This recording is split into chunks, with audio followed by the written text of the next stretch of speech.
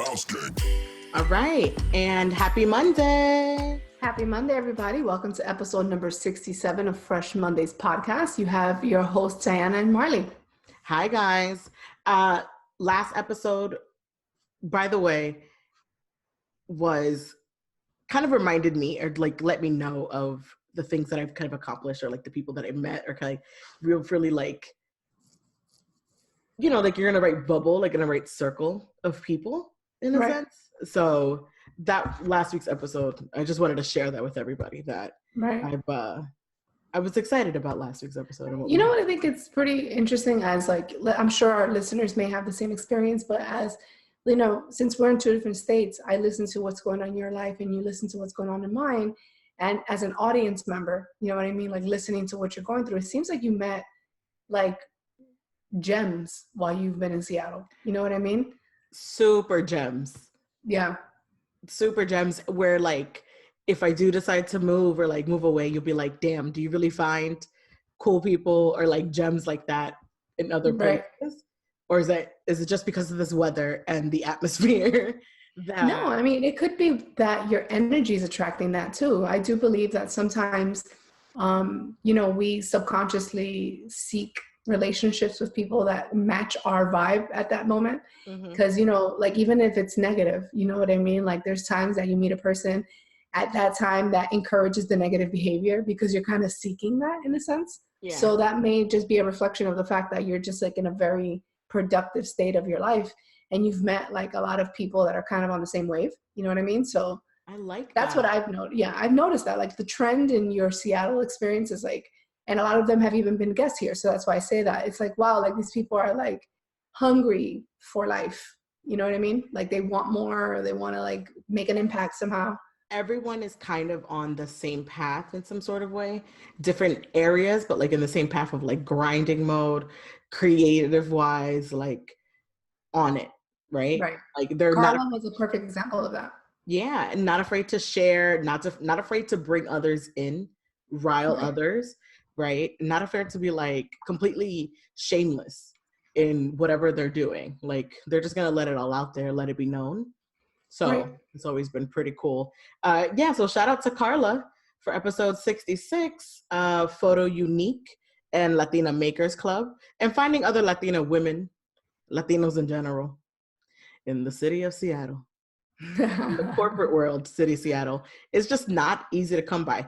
And granted, I mean, there's not a lot of Caribbean people like myself, like Dominican, in that sense, right? So I don't think there's many Caribbeans in the West Coast. Correct me if I'm wrong. But it's like a little far from the Caribbean.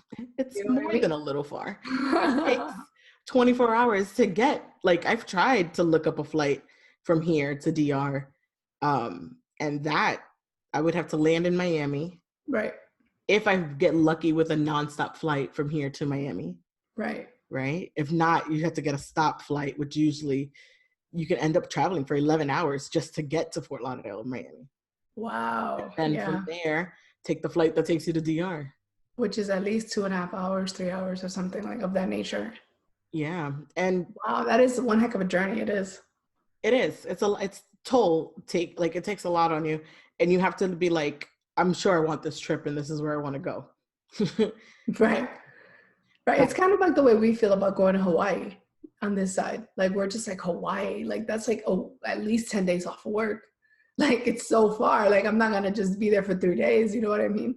And here going to Hawaii is the common trip. Right. If you're going to go somewhere, which I have it on my bucket list that I need to go to Hawaii during my time here on this side of the world. I've heard many beautiful things about Hawaii. The only negative I've heard is that the food is very expensive. Really? Yeah. And you have to kind of, when you travel often, you have to think about the budget you're going to spend on food. So I hear that food is like pricey. So you kind of have to incorporate that into your experience. Could it be because it's fresh food, like fresh fish, like fresh seafood? Or I mean, your guess is as good as mine. Or maybe everything's imported. Imported, very difficult. Like here, I buy a plantain and that costs, you know how you have over there like $4. Yeah. Right? Like un plátano is like $4. Over here, two for like $1.50. Wow. Okay. Which is like, it's pricey in the general sense. Right, Or like especially because it's something that's a vive. Like you wouldn't expect that to be something expensive. Vietnamese culture uses it often, so it's easy to find, but kind of hard to come around. But yeah, I definitely want to travel to Hawaii. If anyone has any, you know, free tickets, buddy passes I to would send me love to Hawaii. I have not seen the sand or the beach in a while, or some water. You how pale I am. You can see Yeah, it on you camera. are pretty light skin. I've lost all color. All melanin has disappeared from the inside my body and out. Like, does not exist. I need to soak up the sun. But Right. yeah. And how are you feeling? Just your weekly follow up. I am in a positive upward trend, which is always good. You know, I have my low days, my bad days, my good days, but overall, I'm very, very grateful for the fact that, you know, every day is a small improvement of some kind. I'm starting to do a little more stuff outside, and I'm getting some sunlight. As I mentioned in the beginning, you know, you have to go outside and experience the weather and enjoy it, because when you're indoors for such a long time, you really just miss fresh air. So, you know, that's really a positive thing. And let's see, hopefully I'll be back to my normal self a little sooner than later. Yes, and continued prayers, support, and thoughts for you as you continue the journey of recovery. Thank you. Thank you.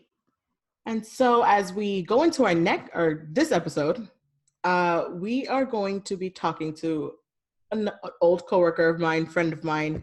His name is Michael Wong.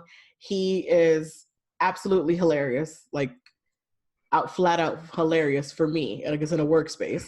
And he has, with a group of friends, has developed a company called Peeka that focuses on taking children books and helping literacy within school areas with low reading scores and those kind of things, and has converted storybooks to become VR, so virtual reality. Mm-hmm. And so it helps with kids' literacy and things like that. He'll explain it better than I can. But I've always thought it was really dope, and it's taken him big places and big things happening for him. So we're going to get in the call with Michael and learn more. Sounds like we're talking to the future here. Thank you for joining us, Michael. Absolutely. Thanks for making time, both of you. I know, especially Diana, you in the East Coast. Thanks for making time for this. Oh my God, absolutely. It's an honor to speak to people that live out in such a different state and learning what you guys have to say. We love it out here. They eat it up in Miami. They love hearing about you guys. Yeah. Oh, great. That's awesome. Awesome here. Yeah. Michael, I reached out to you because you're doing something near and dear to me because I've worked with children before in the past. So, and with children with special needs was my main focus. And so seeing the work that you've been doing lately has been so fascinating to me. And I want to support you 100%. And I was like, he has to be on the show, because that's the only way to show support is sometimes doing trade-offs, right? Like whatever you have to offer, bring that person in. So go ahead and introduce yourself to our listeners and all the Fresh Monday crew, what you have going on, what you have going, and let us know more about Peeka. Thank you, Marley, for the introduction. And Diana, thank you for having me as well. Hello to all the Fresh Monday podcast listeners. Also, all the OG Messy Monday podcast listeners. Hello as well. Shout out to you. Thanks for having me. My name is Michael Wong.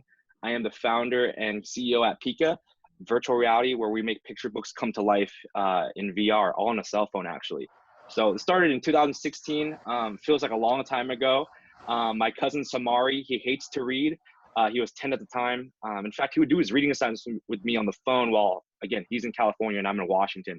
I was an English major. I went to school in California and I really wanted to work at Disneyland. I did that. So these two worlds kind of combine, where I want to make Disneyland rides, and also I want to help my cousin and kids like him read or enjoy reading. So I'm like, dude, how can we help kids get into the pages of these books that they like to read, a lot like a ride, and kind of let the stories happen to them? I would feel like not only would they enjoy reading a little bit more if they could do that, but also they might remember more of what happens when the story is happening to them and they're inside the pages. So at that time, I just learned about virtual reality. In fact, I have a lot of these things near me, but this is an Oculus Quest. The first iteration of this comes out in 2015, 2016. Super awesome, amazing. I get my first taste actually of VR in a Google Cardboard headset, but wow, VR's here is 2016. And I'm like, oh, wow, this is what I was asking for. You know, I can't make Disneyland rides out of these books in real life, but I could do it all in virtual reality if I learn how. So super green at the time, again, English major, social media manager at the time. I figured out, I was like, hey, these Disneyland rides for books need to happen. I kind of just pulled all the smartest people together that I could, knowing that we couldn't use Oculus Rifts because one, they're $600 a piece, and you need a $2,000 computer to power that stuff. Now, while somebody like me, a young man, might be able to afford that, no family, like these kids aren't going to have opportunities to have, you know, access to this awesome technology, even if I build it. So we figured out how to use phones. So, you know, again, my first taste of virtual reality was on a phone, and I was like, whoa, what? So again, I call everybody I know who might know something about this. We're able, fast forward a little bit, able to put together one page of one picture, a real life picture book, so for a proof point. And I shopped that around everywhere. But yeah, that's kind of the inception of Peeka. It's a mobile application full of these virtual reality picture books that helps kids jump into the pages of their favorite stories. And we're kind of just, everything's kind of congealing together. I think, you know, Marley said in the beginning, she's kind of seeing all these things going on just happening recently. So I'm really excited. Things. Yeah, thank you. Major. He was at, I forgot what state it was, but you were at South Carolina. South Carolina capital. I'll tell you a little bit about that. So for about 2 years, again, we started in 2016, and between 2016 and really the end of 2018, Peeka, after we make our first book, again, we know we want to be a mobile app. We don't have much money. We didn't raise a lot of money to start with. We only raised $60,000. And when you're green, nobody can code on your team. You spend that pretty fast. I'll tell you that. And so we make this one page of this book, and we even start paying ourselves a little bit, my starting team, wrong. We spend the next 2 years trying to raise money for Peeka. The idea, which was, it's funny enough, not much has changed since the day I came up with this in May of 2016. It's still the same business model, and a lot has proven out the right way. But again, we're trying to sell this on one page in virtual reality and makes people see the full picture that's so emboldening all of our brains, right? That was the wrong move in retrospect. Thankfully, in about 2018, April, we go, if you've ever been here in Seattle, there's something next to the Space Center called the Pacific Science Center, a pillar of Seattle. It's a children's museum, a family science museum.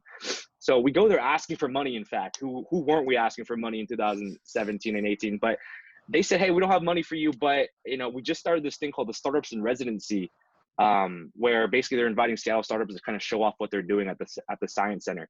That's where we met. This is why I'm saying this. This is where we met people from South Carolina, Jasper County. So we're doing our demos. We did about 100, and we still do about 100 demos a day of Peeka, only in a couple hours out in the Science Center. Now we have our own exhibit. But at the time, this group of 5 folks comes up, you know, 3 kids and 2 adults, and the kids are doing their thing. It takes about 15 minutes to do our book.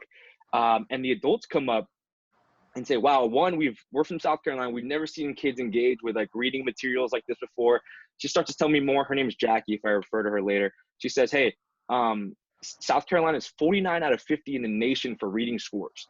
Wow. And that's pretty terrible, especially because, right, that's bad. And our use case right here in Seattle, top flight. And we're also working with private schools in Seattle as well, where we thought that's going to be some of the more, parents are prioritizing their money at private schools, right? Mm-hmm. So in Jasper County, this is December 2018, very recently to us, everything changes. Because like you said, Marley, they invite us, this is in July at this point, they say, hey, we want you to launch Peeka in Jasper County, South Carolina. In my mind, like I told you, we're trying to build an app. Like we're moving towards building an app. And at the time we meet her, we're building, and we have built, or we're building another book, I should say, because we've already finished our first book. That's all we have though, is this book and no app. But she's like, hey, we want you to launch, whatever that means, launch in South Carolina by the end of the year. We do that. This is a big deal though. And I want any entrepreneur who's listening to this to understand how big of a luck grab this was, and why you always need to be putting yourself in a situation where you can get the kind of surface area. Because they fly us to this is December. They fly us to South Carolina, me, Hunter, and Alex. These are my co-founders. They have an independent instructor who has basically said, we're going to do all of your research for the district wide, and we're paying her a full year salary to do this. Okay. Now, Peeka doesn't have revenue. Any tech entrepreneur, anybody who's worked in VC understands a lot of tech companies raise money pre-revenue, but obviously once you're in revenue, it's a big difference. Okay, so I'm like, hey, we have this opportunity to put the books in the schools. The reason we're in schools at all is so people can eventually download the app and do it at home, right? We don't have the app yet. So I'm like, all right, what are we going to do with the schools? My two co-founders, who are very smart money guys, I'll say that way. I would have given it for free. I'm like, yo, let's give this opportunity at these, you know, less than privileged schools. Let's give Peeka for free somehow. They figure out a way to make them pay. And because it was an outside organization making the schools or supporting the schools, the price didn't matter. So this is what happens. We're selling the schools an on-ramp for virtual reality education. This is bigger than Peeka because anybody who has multiple virtual reality kind of projects is able to work with these schools now. It's headphones, a phone, and a mobile headset. In addition, we're also selling content licenses to these schools for the books that we have. We don't have an app yet, so we're just downloading them locally to the phone. So let me pause you right there. When you say the books, are these books that are already pre-written, or you guys have your own original content that you? Oh, that's a great question. Let me show you what I'm talking about right now. What the art looks like in the book, right? So what we do is we take the art from the book, and just like a Disneyland ride, we kind of put you in the scenes of the book. Right. And so every page, that scene comes to life, and you can be in the scene. In this particular scene, you're going to see a dragon on the left. Right, but I'm like fascinated. I guess I'm not like techie enough to understand how you make this move from a book that's like a still image. So I know y'all saw like Reading Rainbow, right? So yeah, what I was very interested in when I used to watch Reading Rainbow is how LeVar Burton could voice over a story, and they would show you these pictures of the illustrations of the story, but somehow those illustrations would just move just a little bit. Like that animators that would just move that a little bit. That's a big concept that we're pulling here and using here in Peeka, where we take the actual art. So we have a number of animators take the art from the book. A lot of times the illustrators will just give us the actual files that they made, and they animate different parts of it. So we use this program called Unity. It's actually what video games are made out of, Unity or Unreal Engine. And so if you can imagine for a moment, if you look down at your kind of tabletop, like it's a whole spatial world that you build, and you put a camera right here in the front. But in Unity, you're kind of putting these things all around. So we might have a flat page, but we might make that have some depth, and we're moving you through that scene now because we can do that with Unity. So just like a video game, how if you're making a video game, you're kind of looking at it from a world view, similar here. So we take the assets from those books, like the different art pieces, and we just put them in Unity. I think that's probably the best way. And so this is pretty cool. Yeah, I think it's fascinating. Thank you. So there's three things that are happening. I'll play this while I'm talking. So in the middle of your vision is this yellow dot. Okay, is this yellow dot, and the head's not moving now. Every time you move your head, that yellow dot is always in the center of your vision. What's important about that in virtual reality is we're making that kind of like your computer mouse. So with that dot, you get to hit the star. So kids, it's as young as 2 years old at Pacific Science Center. You just teach them once, and they'll do the whole book by themselves. Yeah. So they use this yellow dot, hit the stars. When they hit the stars, it reads to you 1, and the words come out 2, and then all the things are happening around you 3. So instead of just reading that the dragon roared, you're going to hear it. I know you didn't hear it just there, but you're going to see it and hear it. That's a bulk of what it means to be in a book on Peeka. Now, to answer one of your questions, Diana. Yeah, go ahead. I have a follow-up question as well. Yeah, how this works is with a cell phone. Is my phone on me? No. On a cell phone, and why this is possible is the same technology that makes GPS possible on a phone. I'm seeing whatever I'm looking at, like at whatever point in virtual reality world that I'm looking at, because I build that 360 world around me. I hope that makes sense. Talking about the video game. I get like the video games, like it's pretty cool, like when you shoot the bow and arrow and stuff like that. Sure. Like you get to kind of like even you start sweating because it's like you're like doing it for real. Like I get what you're saying. And that's that. So the center yellow button that you were talking about, that's there facing you. When you reach the star, does it read it out loud to you? Is that like so the kids are hearing the story be read? Yeah, and I wish it was playing the sound as well, but in fact, for that scene you just saw, there's 4 audio tracks. There's one for the music track underneath, and this is specific to every scene. There's audio cues, so like the dragon roaring, right? And there's also like cave dripping, that's an ambient sound. And then the 4th is the narration. So we worked with the author to get a narrator to, again, be the narrator for each and every one of these scenes, and that's also the narrator for the ebook. But yeah, so a specific narrator for all the scenes in Peeka. So you're being read to, and you could also just not listen to the audio as well. A lot of parents talk to us about wanting to do that. Right. So here's my question on the education level. I mean, correct me if I'm wrong. I just want to have an understanding. Is this going to hinder children? Because you know that one of the concerns that society has right now is that kids are too involved in the tech space, and they're not using their own imagination, or they're not necessarily, you know, sounding out the words themselves because everything is being fed to them. Is this actually working in a way that is more productive for the children who have lower reading levels than they should be at? Like, can you expand on that, on the education side of it? Absolutely. It's multifaceted as well, Diana, and I'll struggle from 3 different sides. First and foremost, our 3 goals of education is, especially with books, is comprehension, retention, and engagement. I'm gonna start with the last one. This is something we found. We did not see this at all in Seattle, but we saw it a lot in first and foremost in Jasper County. Engagement. A big hunch of ours before we started making this and putting it in schools was, we think this is gonna help kids engage further with text. That's actually, I'm gonna leave it there. It was a very high level thought. We think that by being engaged with the book further and the franchise further, you might be more engaged and want to go to read a book more. This is how we expanded on that in Jasper County. Well, I'll start in Seattle. We put these headsets in some of these kids in testing with these private schools in Seattle. They like it, but these kids are very smart. And I'll define how smart they are, to the point where their reactions to the book is, yeah, it was cool. I didn't really like the font though. Okay. Like it was really like specific, that kind of level of review. In Jasper County, where again, reading scores are 49 out of 50, in Jasper County specifically, in a state where kindergarten's not mandatory, kindergarten readiness in Jasper County is 11%, dude. So Wow. They need help. This is what happens when we go to Jasper County. I have the pic, and we can throw some pictures up here. I don't know, but we'll put a headset on all these kids. We'll put a book in front of all of them.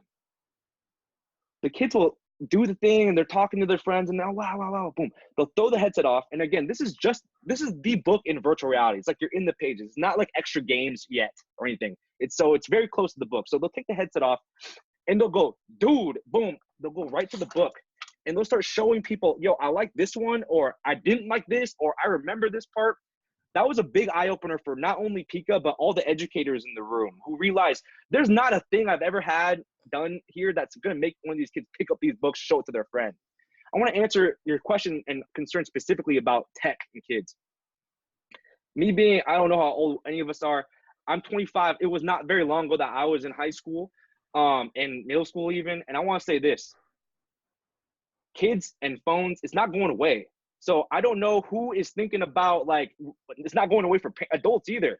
So what we need to do, I think, because I talk about this a lot, is we need to meet kids in the middle today, where if you're going to want them to do what you want them to do educationally, you have to do it on their means. This is the problem with ebooks, okay? And why virtual reality books, if it's Peeka or somebody else, will eclipse anybody trying to read on an iPad. It's because of what you said, Diana. Kids do other stuff on phones and iPads. When you're on an iPad, you're always thinking about, dude, I could be on YouTube hitting Fortnite vids. I could be hitting anything else right now, other than this stupid ebook. And when you're in virtual reality, it's a lot different. Take it from me, who is with these kids every day. But these kids, when they're in their headsets, it's all they're doing. Parents, it's super obvious to them that there's no distraction. They're just hitting every star. And I always make this joke. I'm like, hey, look, if you had a plane full of kids like this, I think it'd be super awesome and not stressful. I said it was 3. The last piece of this, we're doing testing. Like I said, we're doing testing now, not only in Jasper County, but in Idaho, in Nampa. That's actually where I want to go, because that's the most exciting stuff that I'm learning from our research right now. So kids, especially ELL kids, right? ELL kids, they get read aloud to, especially the first graders, who is our target market right now. So in fact, we have only one of our books in an ELL class right now. And this is what the teacher has to say. Not only is the data showing this, but she's very excited for this one reason. She says, when you're reading aloud stuff to ESL kids, they miss a lot of the verbs. So they'll get a lot of the nouns, but they'll miss a lot of the verbs, to the point where she has to act out some of these things. When you can make context clues happen, like we did in what I just showed you, where the dragon's just like low key roaring. This is really helpful. And I'm only talking about a certain age range right now. In specific, I'm very interested in how this is super helpful for kids who are still being read aloud to. This is picture book age kids. So I don't think we're hindering any imagination by showing them images. I would imagine that in like a longer book, but in the picture books, they're already there. We're just helping them engage with it more than just being dictated to and shown to. That's just my take on it. We're really excited about the ESL use case. I'm excited. Like you sell it 100%, and you know that. Thank you. Yeah, thank you. I think it sells itself. I mean, it does. This is what I thought about in 2016. Not much has changed. Exactly what you just saw. That's what our first book looks like too. And when we made one page of it, and it's just working. So I have no issue. I have no reason to change some of these things until like we're in market one. We've been working on this for 3 years. So it just happened to be that this is the culmination of all these things. We're able to ship this with 3 different books. And so again, I'm excited to find out what happens when we're out in market too. I think we're going to get a lot of different feedback than the parents who pay a lot of money to already be at PacSci, for instance. I can definitely see that this is going to branch into a lot of different areas.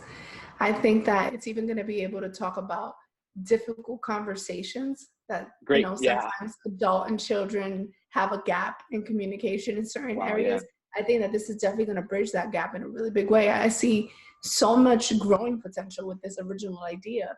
And, if you guys get the Board of Education to put a stamp on this and to say, this is what it is, you are blessed, homie. Thank you. I appreciate that. And so I think what's exciting, ladies, is there's a whole educational component to this that's so important to us.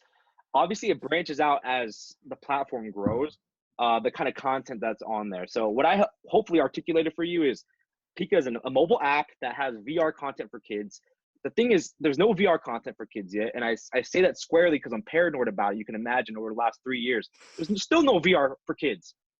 And not only so, we're kind of making the Netflix for VR for kids, but we're also making the movies. That makes sense? Yeah. So imagine this. That's a big bet that we're making. And hopefully, and so far we're getting a little validated on it. We'll find out when we go to market. But soon enough, I'm not worried about other people making other books for Peeka. Yeah, the book content for Peeka is not only going to go wider, it's going to go deeper, where we go grade levels and subject matter. I want other people to be able to make their own books on Peeka too. That's the whole model. So if I didn't explain, parents, it's like an arcade for learning. So parents buy tokens and then they give their kids a token. So it's hands off after that. Now the kid can choose what kind of books he wants to, or he or she wants to jump into. And the spending is controlled. Okay. So that's one way I want that to make sense. And then it's really easy for us to revenue split with authors. That's how we license this content. Half the tokens that are spent on you or whatever the deal is, it's really easy to split after that. So that's how the app works. But imagine when anybody can put their books on there, right? Or, and this is probably the most exciting part about Peeka, once it's not about books anymore and we're taking kids on field trips or into the cell, what I think is exciting about Peeka is not only being the Disneyland for all of VR, which is definitely a mission of mine, but also to let any teacher, any mom be Miss Frizzle. Like, let me take you into that freaking cell. Let me take you into the stomach to show you why we ain't eating Cheetos today. That's exactly the future that Peeka can provide any parent or teacher, right? It was really the best cartoon ever, if you really think about it. And the beautiful part about Peeka is you can make a freaking Miss Frizzle land if you want on Peeka. Like, that's something we can do virtually and faster than Disneyland could if they wanted to. So I think that's awesome. And I love the idea of where the spending is controlled, because parents' most fear sometimes is like those apps and the kids spending. And what's Kanye West's tweet about that? Like, Apple should never allow children to just buy in-app purchases. Wow. You know Kanye tweet that I don't. That's rare. And I know ashamed about that. So that's nice that the parent has control in providing the child. Right. The parent has control and the kid has agency over what he or she chooses what he wants to read. Because that's one thing we picked up from Scholastic, which was you need to let the kids choose what they're reading, or you're not going to get the outcomes you want on the other side at any time. So accountability. Like, if you waste your tokens, you waste your tokens. It is what it is. It's real life. Like when you went to a Scholastic bookings and when you had to show up and you had like $5 to buy yourself a book at Scholastic. Right. Spent it for something dumb. Your mom would have been like, "You're not going to the book fair the rest of the week." Yeah, well, like that is what it is. Exactly. And also if your moms keep telling you, dude, you need to read, like my cousin Samari, he's probably not going to read. Like, it's probably going to be like, I'm just going to say it and then let me go play Fortnite now. That's every single kid in America is doing that. That's stasis. When we were kids, We fucked with the book fair. We really like going to the library. We like playing outside. It's just different. So I want parents to understand, especially that we're going to be, I don't know if any of you have kids, we're going to be parents one day soon. Like this is the world that we live in. Let's play on their terms of these kids that don't even exist yet, so we can get ahead of some of these things that we see other parents lament over every day for their kids. Right. These are the same parents who pacify. I get angry because these are the same parents asking me. These are the same parents who pacify their kids with the iPad at the restaurant. Yeah. And you want to wonder why your kid's playing Fortnite every day. I'll tell you why. That's the milk you fed him. You're right. It's the milk you fed him. So you are creating a solution to all of these zombies that we've created. They're just all zombies. And I'm one of them. So what's exciting is this is also the way I read. I'm an avid reader because I'm an English major, but I live in a world where I'm reading on my phone, and I am also thinking about Twitter and Instagram and everything else on there. I get push notifications. So I listen to my audiobooks, and everybody that hangs out with me thinks I'm odd for this, but it's true. And there's a setting for it, so I'm not that odd. You can listen to the audiobook while you read. Keeps you on pace, keeps you into it. That's what's happening on Peeka, but you're also not in your living room anymore. You're in a cave. So that's a whole lot of different things happening. And the beautiful thing is, I probably said that a number of times, there's only 2 books so far. So imagine after we figure out what the 10th book looks like, everything's changing. So very excited about that. I'm super, like I said, I was super intrigued just by your posts and your announcements and things like that. And then I haven't seen you in a while. So hearing you talk about it and all your enthusiasm, and I know you put passion into everything that you do, like, thank you. Super makes all the sense in the world and makes me excited for you. So for the app, when it launches, do you have to purchase the app? Is it free, or is it just inside the app? Yeah. Great question. No, free app. Also free tokens. Like I said, there's tokens. Everybody who signs up is going to get free tokens. When you sign up, you don't need no code from this podcast, but maybe I'll furnish the podcast with a code. I'll say this though, you need a headset to do this stuff, right? So you need not a Peeka headset, but you just need a virtual reality headset. You can get a Peeka headset, PeekaVR.com/shop. You don't need a Peeka headset though. I want to be clear about that. Do any Amazon? There's a lot of less than $10 headsets on Amazon you can use. You're like an educator. Is there like a different plan for good question. Membership? If this is something that's interesting to you, or somebody you know who might be an educator or a parent of a kid who's in school who doesn't like to read, you need to hit Peeka up, because we want to put these in schools right now. So we're already live in a number of schools in South Carolina, also in Idaho, and also right here in Seattle. If you want to do this, this is what it kind of looks like. It's I think I said this a moment ago, or a little while ago. You're buying headsets, phones, headphones, and then we put the books on the phones for you. Also, you're going to get hardcover books as well, so you can do a little bit of the project-based learning if you want. Very cool. Call us, because we work with your grants and stuff to figure that out. I love it. And so have you started like having more illustrators reach out to you? Are you still in that process of partnerships and things to kind of put more books in there? Good question. Hey, I want to take my time on the podcast to say, if you write books, especially if it has to do with minorities, please hit me up. Okay, if it looks like any of us or somebody else, like, hit me up, because we want to make books like that. We want kids to see what they look like in books. Yeah. Also, to answer your question, no problem. We're not in a shortage of authors or books. We work with a lot of independent authors, so I can go to the community when I know the kids want a T-Rex book. I say, hey, who has dinosaur books? And boom, boom, boom, boom, boom. We are at the mercy of resources, right? So, and this is not something I'm asking the podcast, but that's what we're up to. We're building our capital chest right now. And I should say, this is exciting for any entrepreneurs. I have a good job. I just put my 4 weeks in. So July 4th is my last day. So we can go do some Peeka stuff. You know what I'm saying? And I have no remorse on it. I've been stacking my ducats. It's time. Go ahead. Yeah, that's what's up. That's the answer. And it's not to say I was not freelancing for a lot of this until I met Marley, where I was kind of just supporting Peeka through the full-time job. But hey, bye. Listen, and the reason why I'm happy for you too is because on your birthday last year. That's right. Was the day my birthday last year. We got laid off. I was one of the fortunate few that had like 4 weeks left. I got the same job at a different company at the end of those 4 weeks. But the whole time, as an entrepreneur, and Marley knows this is why I'm on the podcast. Even at New Alchemy, I said, this is my side job. It is. I'm not the we work with you. This is my side job. because it is. Everybody knows that. And you should feel that way too if you're an entrepreneur. You're lying to yourself if you go put all your energy. If your first slack is your day job slack, I call it my pay job slack, then you're lying to yourself. It gotta be you're lying to yourself. I'm sorry. That's true. And you're right. Your full-time job should be your side hustle, because your side hustle is what's making you about it. It's not for everybody. If that's what you're that's doing, a fact. That's the fact. If that's what you're doing, yeah, you got to prioritize it in your own mind. Otherwise, nobody else can take you seriously. Right. Of course. Your passion is just oozing out of here. Like we feel it. Like, don't worry about it. I have some to share. Good. Listen, I know your passion for it, and I know that this is going to be extremely successful, and the impact that it's going to have on those kids out there and the parents who need help, and especially in those areas that you've already impacted. And have you seen any increase yet? Have you received any data yet from those areas? Yes, from testing. The biggest one is Nampa, Idaho. This is where I got all that ESL data. Wow. It's wild. The 3 ESL students in her regular class is what made her realize I should take this to my ESL class. And that's where that data kind of just blew up. So these 3 ESL kids stood out among all these other kids. The testing we do.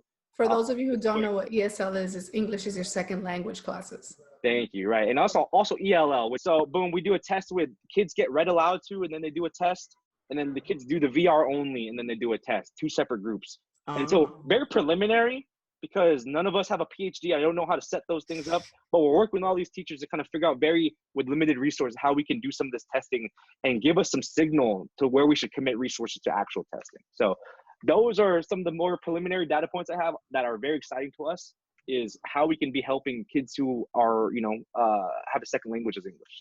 So before we let you go, Michael, obviously we met through the blockchain cryptocurrency world. I'm out of that world right now. But both Diana and I are still super intrigued within that world, because we both participated in it.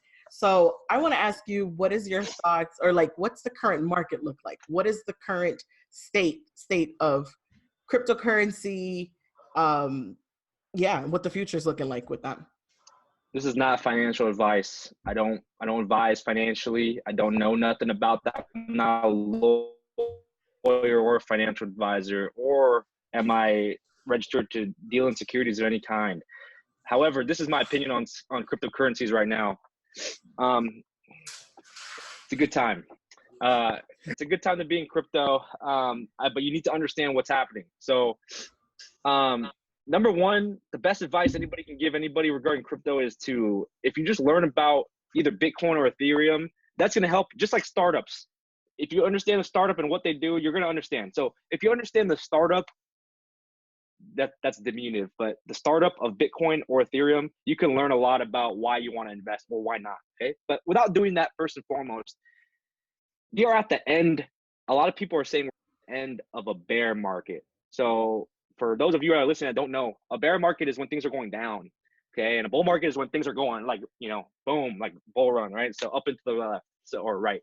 So what people are saying right now is that we're at the end of a bull market. I'm going to use not the Bitcoin price, but the Ethereum price to help you understand that.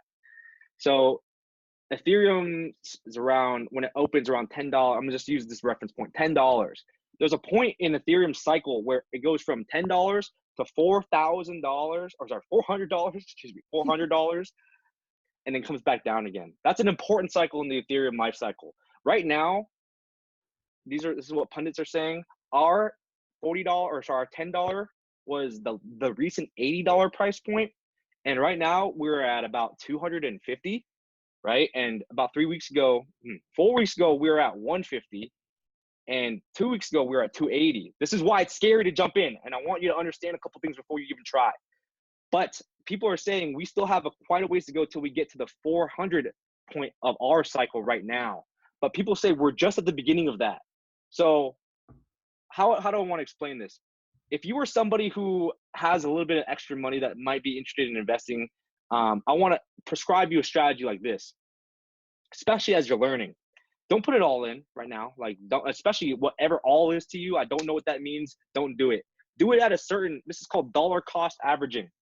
So if you had dollar cost averaged $50 every paycheck over the last year, your average cost for Bitcoin might be something between even up till now where it's $8,000 almost, it might have been between $3,500 and $4,500, like your average price for Bitcoin. This is the magic of dollar cost averaging. This is challenge by choice. You pick a period of time. It could be every paycheck, it could be every week, every month, where you're going to buy this part of a Bitcoin, part of an Ethereum, and you're going to put $100, whatever, at that price point, no matter what the price of Ethereum or Bitcoin is.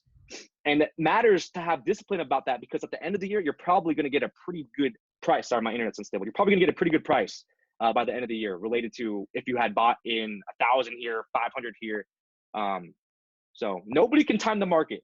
So this is when people say hodl. This is my other piece of advice. If you're buying, don't be hella looking at the prices. You barely, and I'm talking to myself here, you barely know what you're talking about when you're looking at these prices. A few select people move this market by making trades. Everybody knows that. So many other people spend a lot of time poring over these markets. Same goes for stocks. So don't be a trader. Just hold that stuff. And at certain times when you see a lot of Twitter action going, you can sell if you want. But the whole idea for me is I've accumulated over, I'm not going to say how much, I've accumulated a number of Ethereum over the last year. And if you're in my mind right now, even if you have some Ethereum, you don't want to sell. Even though I bought my base, or probably my middle price of Ethereum is at like 150. I did this all in Gemini, by the way. Use Gemini. Right now it's at 250, 280. Like, I don't want to sell because I believe, because I know at the startup of Ethereum, why it could go to 1,000 again. It's been 1,400 before, right? And again, these cycles matter. Mm-hmm. So we can learn a lot from these cycles, like the one I told you, 10 to 400 and 80 to X. Like, that's that cycle that we're in right now. Bitcoin's following the same exact cycle it did. That's why we can feel like we can follow that cycle too. I don't know if any of that made sense, and I hope some of it did. This is kind of just talking about how to invest, because I don't want to have to teach anybody right now about the science of the blockchain, unless they want to learn. Unless you want to learn. But no, the science of the blockchain is actually something that people are going to have to learn no matter what. It's just something that's going to be the way contracts are kind of written and stuff like that. So even if you don't explain it now, like, people should probably start Googling what blockchain is, because it's really just what it is. You said it right there. So this is a big idea. It's trustless. Like, I don't need a bank to let somebody believe that I have this money, because I'm just sending it to them. I don't have to proxy through a bank. This is a big idea, because for people like us who have access to banks, it doesn't really matter. It's really easy for me to just use Venmo for the rest of time and not make any of this matter. This matters for people who have hella bad credit scores or don't have banks, and especially for those who don't have banks, not in America. I'm talking about Afghanistan, especially women in Afghanistan and those kind of countries who will never have their own kind of bank account because of the religious oppression even, right? Let alone the kind of modernity of their community. So this is why Bitcoin and Ethereum and kind of crypto is exciting for those kind of people. You start paying people in a global borderless currency without a bank, that everybody owns their own keys, it's their own money. Like, the whole idea of that, even if you don't really understand, you can probably get why that's super exciting for people who don't have banks, and a whole global ecosystem of work and in an economy outside of an economy owned by banks right now. It's really interesting. It also enables like reputation. So like an identity. Like, if my credit score, imagine this, if your credit score is in a decentralized ownerless database that is curated and secured by everybody who uses it, this provides you a credit score that Equifax can't get hacked into, that you are maybe self-sovereign in what you're pushing towards the chain and what you want part of that report. And it follows you no matter where you go, not just what's recognized by America's Equifax. This is an exciting world that we're just at day one of. Bitcoin is only 10 years old. When the internet and when the computer was 10 years old, civil rights looked a lot different. I just want to put us in that kind of world, right? Like, we were 10 years away from the beginning of Bitcoin. Dude, clock in. Even if you're just listening to the podcast and hearing this, clock in today, because you don't want to be the dude asking about how do I change the brightness on my screen on my iPhone. Don't be that dude. Get early, because we have so many resources available to us to do this, and it's cheap. So, I mean, I think a lot of it is acceptance in a lot of ways, and a lot of people just don't, especially like, for example, I had a conversation with my dad earlier. He's like anti this conversation. He's like, oh, it's crap. this digital nonsense. What matters is paper. That's real life. Yeah.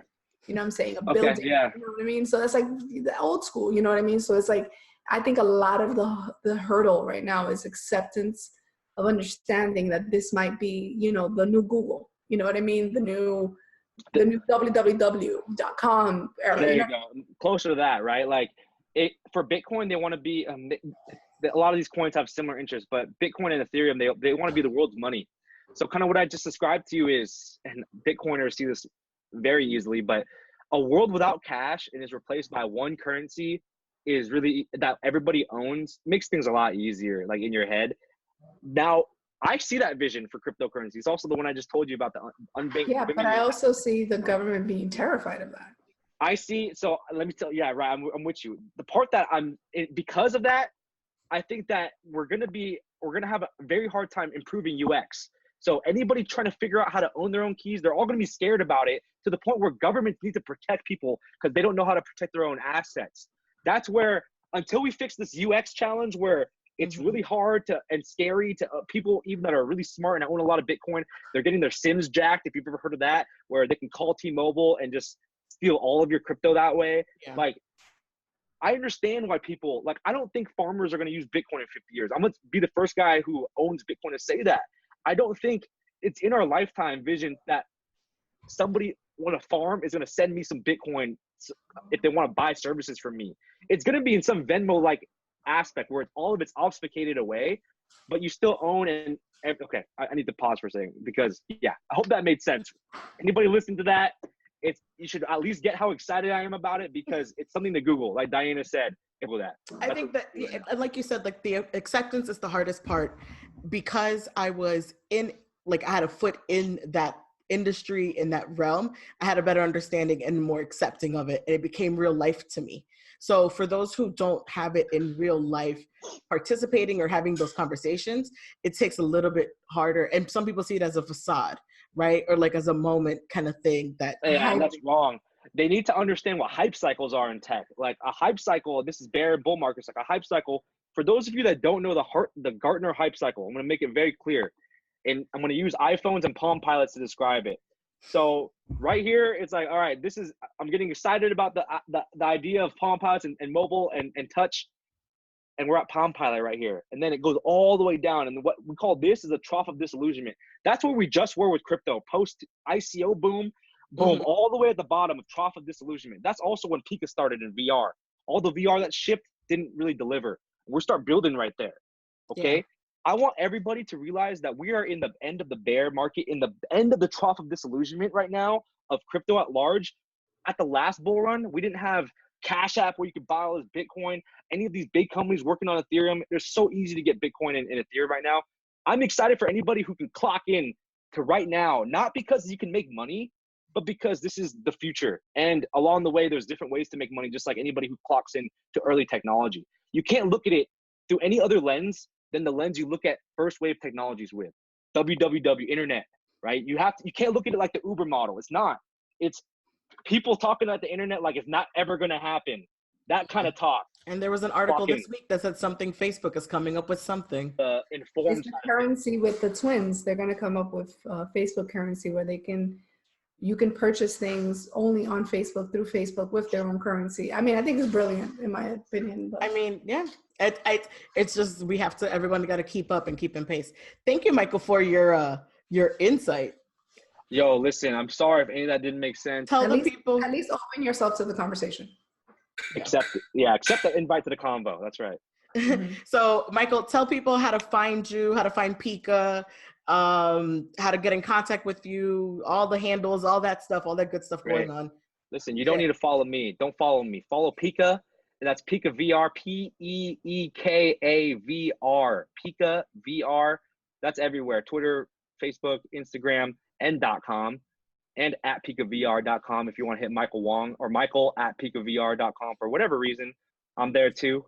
Support the ACLU, everything else like that. Read more books, people. And thank you, ladies, for having me so much. It's very indulgent for me to have a conversation like this. So thank you. No, I appreciate it. I still have to finish the book you recommended to me. I'm a terrible. You're gonna love it. It's okay. You're gonna love it. I promise. So he thought about me because the character and the writer actually of the book is Dominican. He's Oh, you Yeah, mentioned dude. it. Yeah, you mentioned it. The Brief and Wondrous Life of Oscar Wilde by Oh. Juno Diaz. It was just on Jeopardy the other day too, so people know about it. Read it. Yes. I got to finish it. Thank you, Michael, again. Thank you for all your insight. Congratulations on Peeka and all the great things it's about to do. And my 4-week notice. And your 4-week notice. Hey. Real entrepreneurship out here. Thank you so much for joining us. We appreciate it. Take All care. right. Be well. Bye. Awesome. Thanks, Mike. Thanks. Hey. Bye. And that, ladies and gentlemen, was Michael Wong. Fun guy. Very interesting. Big brain. You know what I mean? Yeah. And very insightful because I'll tell you, my first day of work, I don't know what I was doing and where I was and what was happening. And that young man walked into a presentation the first day of my day, walked into a client's presentation and said, yo, what's up? Here's what's popping. This is what you're going to do. And I was like, who is this kid? I loved him. Very cool. Nice energy in that. And I love people who want to use tech to help society. I love that. You know what I mean? Because regardless of how much millions he's going to eventually make from this idea, like it's really helping. You know what I mean? It's helping the education system. It's helping kids. It's helping people with learning disabilities. You know, I see this becoming even a way for people to learn a second language. You know, like this is going to really be something. It's pretty awesome. Fascinating. Good stuff and good thing to know people who are out there in that tech world about to make that money, that millions. Although it's not about that. It's not about that. Shmoney. But shmoney's happening. And all right. So before we wrap up, we obviously do our recommendations of the week. And you want to start this week? Sure. I am going to do a Netflix recommendation. Hint, hint, Netflix, pick us up. We should be like your official first podcast. Sponsorship buttons around and ads. I mean, like we are going hard on Netflix. So it's like we need you. Think about it, Netflix. The Netflix podcast with us, it will be a great combo. Amazing. But my recommendation is going to be a show that I don't think got as much like PR as like other shows, because you've noticed now like Netflix shows are like on billboards now. You know what I mean? And like they announce it like it's a movie premiere now. Like it's really awesome, the transformation and the growth of Netflix. Because I remember when there was only documentaries on Netflix. So it's like, it's amazing what it has become. So the show is called Dead to Me. And I believe her name is Christina Applegate. Right? Oh, yes. She was in Married with Children, for those of you from back in the day who know who she is. She's awesome. Kelly. I also saw one of her old movies, Don't Tell Mom My Babysitter's Dead. I thought, oh my God, totally love that movie. Wow, I haven't seen that in years. Yeah, really awesome for those of you who want to like watch something. It's on HBO right now if you have the app. Dead to Me is a Netflix series. It's super good. Super good. And they haven't gotten as much PR, and I think it's worth the watch. She's a good actress. It's a little intense. It has a lot of twists in it. And yeah. And plus, female leads are kind of like popular right now. So yeah, it's a good show. Okay. I love that. I have to check it. Is it scary?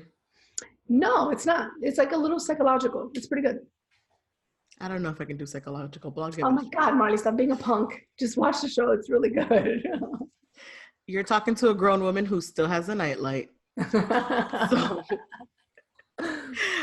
I'll see what I can do.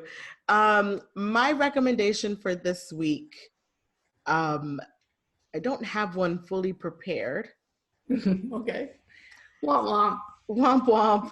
So my apologies, but I will say that go for a walk. I think that is my recommendation this week, is go for a walk. So I've been working from home a lot more lately, and I had a lot more free time on my hands and things like that. So I have scheduled myself and scheduled my mornings or afternoons to just go for a walk. Especially now that the weather, and I haven't told you guys about the weather lately, but it's it hasn't rained. And so soaking up the sun and just going for a walk, learning what I have in my neighborhood, what I'm surrounded by, what's going on, met new neighbors, dogs, and kind of just relieve some stress. And even if I'm listening to music or nothing at all, I like not listening to anything sometimes. Gives you a little bit more room to think. And it's just a nice, easier workout than putting yourself through a strenuous workout. So just go for a walk. Nice. That is my recommendation for this week. Get to know the environment you live in. I like it. Yeah. So that is that for this week. And don't forget to follow us on all platforms at Fresh Mondays Podcasts. Follow myself at LoveMarley _ LUVMARLEY _ and make sure to follow Diana. I am Diana C _ please Google us and you will find us, guys. We'll be more than happy to have you as a guest. If you guys want to participate in the conversation, let us know. If you guys want to recommend a friend and say, hey, I think this person has an awesome, innovative, entrepreneurial story that I think will be great for the crowd and the listeners and will inspire, we would love to have them as a guest. Thank you so much, everybody, for reposting and for sharing our podcast and listening. And for those of you who watch us on YouTube, we appreciate you. Thank you so much. The channel is there, and I know some people like the visual part. I know we always aim to please with our smiles, so we are happy we're happy that you guys are watching. Remember, I'm in Miami, and she right here, she's in Seattle, Washington. So we're in a connected space, and we believe in making sure to make the country feel unified. Yes. Thank you guys once again, and have a great Monday.